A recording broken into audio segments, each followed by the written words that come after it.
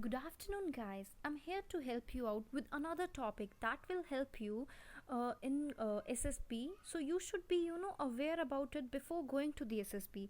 So I'll be making it month-wise video on current affair that I've already told you, and I'll be posting national and international news, which is important for the SSB point of view. So today's topic is Australia to join Malabar exercise. So why it is in news? So recently Australia ने Malabar exercise को join करने के लिए agree कर लिया है after India request. ये exercise जो कि स्केड्यूल हुई है नवंबर 2020 में।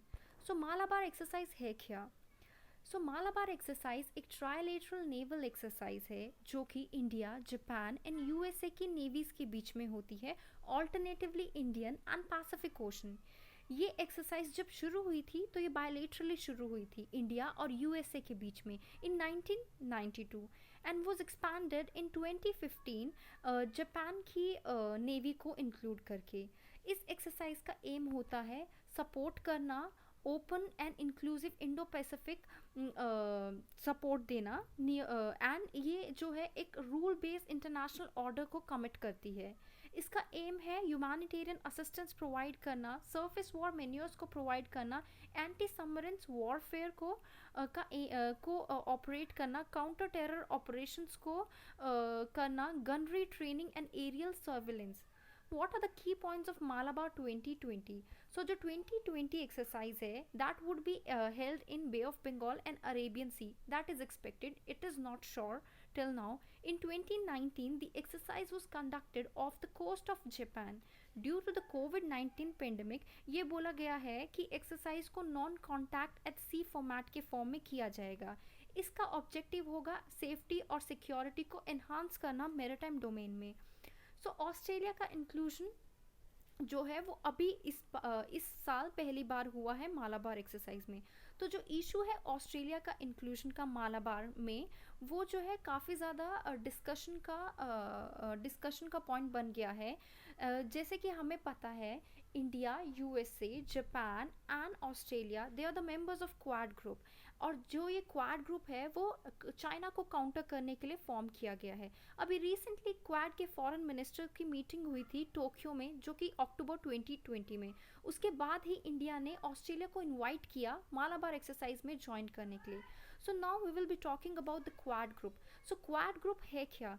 क्वाड ग्रुप एक इनफॉर्मल स्ट्रैटेजिक डायलॉग है India, USA, Japan and Australia के बीच में।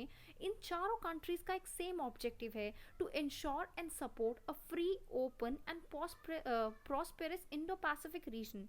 सो ये जो मूव है इंडिया ने जो रिक्वेस्ट की है ऑस्ट्रेलिया को मालाबार एक्सरसाइज को ज्वाइन करने के लिए, that will bolster the ability of India, Australia, Japan and United States to work together to hold peace and stability across the Indo Pacific reason.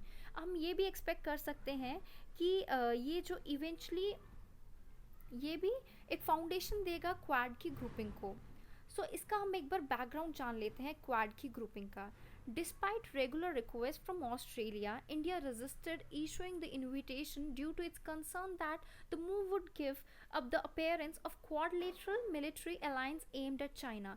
जो इंडिया है वो बार बार ऑस्ट्रेलिया के रिक्वेस्ट करने के बावजूद भी ऑस्ट्रेलिया को क्वाड की ग्रुपिंग में नहीं ऐड कर रहा था। उसका रीज़न ये था, इंडिया जो है वो चाइना को नाराज़ नहीं करना चाहता था।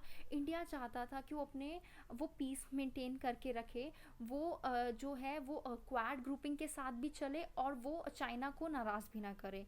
तो इसलिए 2017 में जब ऑस्ट्रेलिया ने रिक्वेस्ट किया था फॉर ऑब्जर्वर स्टेटस के लिए मालाबार एक्सरसाइज में, तब भी इंडिया ने मना कर दिया था। चाइना रिपीटेडली एक्सप्रेस करता है ऑपोजिशन जब भी मालाबार की एक्सपेंशन की बात आती है। तो चाइना का ये कहना है कि ये जो क्वाड की ग्रुपिंग है और ये जो मालाबार एक्सरसाइज होती है, ये उसको काउंटर करने के लिए बनाया गया है। तो रिसेंटली क्या हुआ, इंडिया और चाइना की जो टेंशन हुई LAC पे, that is line of actual control, उसकी वजह से इंडिया के डिसीजन में चेंजेस आए। अब इंडिया को ऐसा लगा कि चाइना तो अपनी हरकतों से बाज नहीं आ रहा है, तो उनको भी ऐसे एलाई की ज़रूरत पड़ेगी जो उनको हेल्प करे चाइना को काउंटर करने के लिए। तो ये भी एक रीज़न हो सकता है ऑस्ट्रेलिया को क्वाड की ग्रुपिंग में ऐड करने के लिए। ऑल्दो हमें ये भी पता है कि ऑस्ट्रेलिया और चाइना के बीच में सबसे ज़्यादा ट्रेड होता है। और जब अभी हमारा कोविड-19 की ओरिजिन के लिए ऑस्ट्रेलिया ने मुद्दा उठाया था, तो चाइना बहुत नाराज़ हो गया था। चाइना ने जो भी चीज़ें ऑस्ट्रेलिया से इंपोर्ट होती थी चाइना में, उस पे काफ़ी ज़्यादा टैरिफ लगा दिया था, और कुछ ऐसी चीज़ें थी जिनको तो फुली रिस्ट्रिक्ट कर दिया था। उसके बाद ऑस्ट्रेलिया को लगा कि चाइना पे फुली डिपेंड होना सही नहीं रहेगा, तो ऑस्ट्रेलिया ने सोचा कि क्यों ना दूसरी कंट्रीज़ के साथ भी अच्छे से अच्छे ट्रेड रिलेशन बनाए जाए। तो अभी जो है, जापान और यूएसए भी चाहता था कि इंडिया मान जाए ऑस्ट्रेलिया के इंक्लूजन के लिए मालाबार एक्सरसाइज में। दूसरी क्या कॉपरेशन है क्वाड मेंबर्स के बीच में, तो इंडिया और जापान ने मिलिट्री लॉजिस्टिक एग्रीमेंट को साइन किया सितंबर 2020 में। इंडिया ने एक मैरीटाइम इंफॉर्मेशन शेयरिंग एग्रीमेंट को for the MDA which is maritime domain awareness with Australia and Japan, और एक सिमिलर एग्रीमेंट जो है वो यूएसए के साथ भी डिस्कस किया। एमडीए क्या है? एमडीए एक इंटरनेशनल मैरीटाइम ऑर्गेनाइजेशन है जो कि अंडरस्टैंड करती है जो भी मैरीटाइम डोमेन के साथ एक्टिविटीज़ एसोसिएट करती है, किस चीज़ के लिए, सिक्योरिटी, सेफ्टी, इकोनॉमी और environment of a country. India और यूएसए ने बेका को भी कंक्लूड किया था इंडो यूएस 2+2 मिनिस्ट्रल मीटिंग से पहले, जो कि 26 टू 27 अक्टूबर 2020 से पहले हुई थी। तो बेका क्या है? बेका एक की मिलिट्री पैक्ट है जो अलाउ करता है इंडिया को यूएसए के जियो स्पेशल इंटेलिजेंस को यूज़ करने के लिए, और एनहांस करता है एक्यूरेसी, किस चीज़ की एक्यूरेसी, ऑटोमेटेड सिस्टम की एक्यूरेसी और वेपन्स की एक्यूरेसी, जैसे मिसाइल्स और आर्म ड्रोन्स है। बेका जो है एक 4 फाउंडेशनल मिलिट्री कम्युनिकेशन एग्रीमेंट है दो कंट्रीज़ के बीच में, और बाकी 3 एग्रीमेंट्स और है इंडिया और यूएसए के बीच में, जैसे जेसोमिया, LEMOA, सिस्मोआ।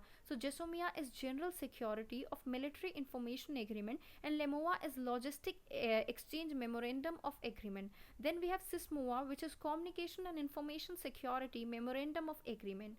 Defense and Foreign Minister of two countries will also participate at the 2+2 ministerial meeting. So now what is the way forward to all of these, means what is its conclusion?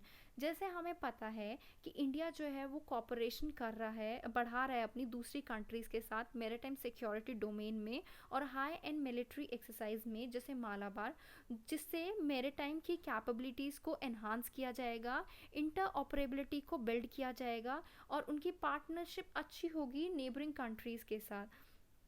जो fast tracking of work है बेका का, और जो decision है 4 Quad countries का to participate in the Malabar exercise, ये एक स्ट्रैटेजिक सिग्नल है एग्रेसिव चाइना के तरफ। हमें ये भी पता है चाइना एक एक्सपेंशनलिस्ट कंट्री है, so it keep on expanding it's territorial borders, और साउथ चाइना सी में भी काफ़ी ज़्यादा चाइना ने प्रॉब्लम क्रिएट की हुई है नेबरिंग कंट्रीज़ के लिए। तो कंट्रीज़ को साथ मिलके चाइना को कंटेन करने की ज़रूरत है। सो जो मालाबार एक्सरसाइज है उसमें ऑस्ट्रेलिया का inclusion, that would be very helpful to it. Thank you everybody, I hope you like it.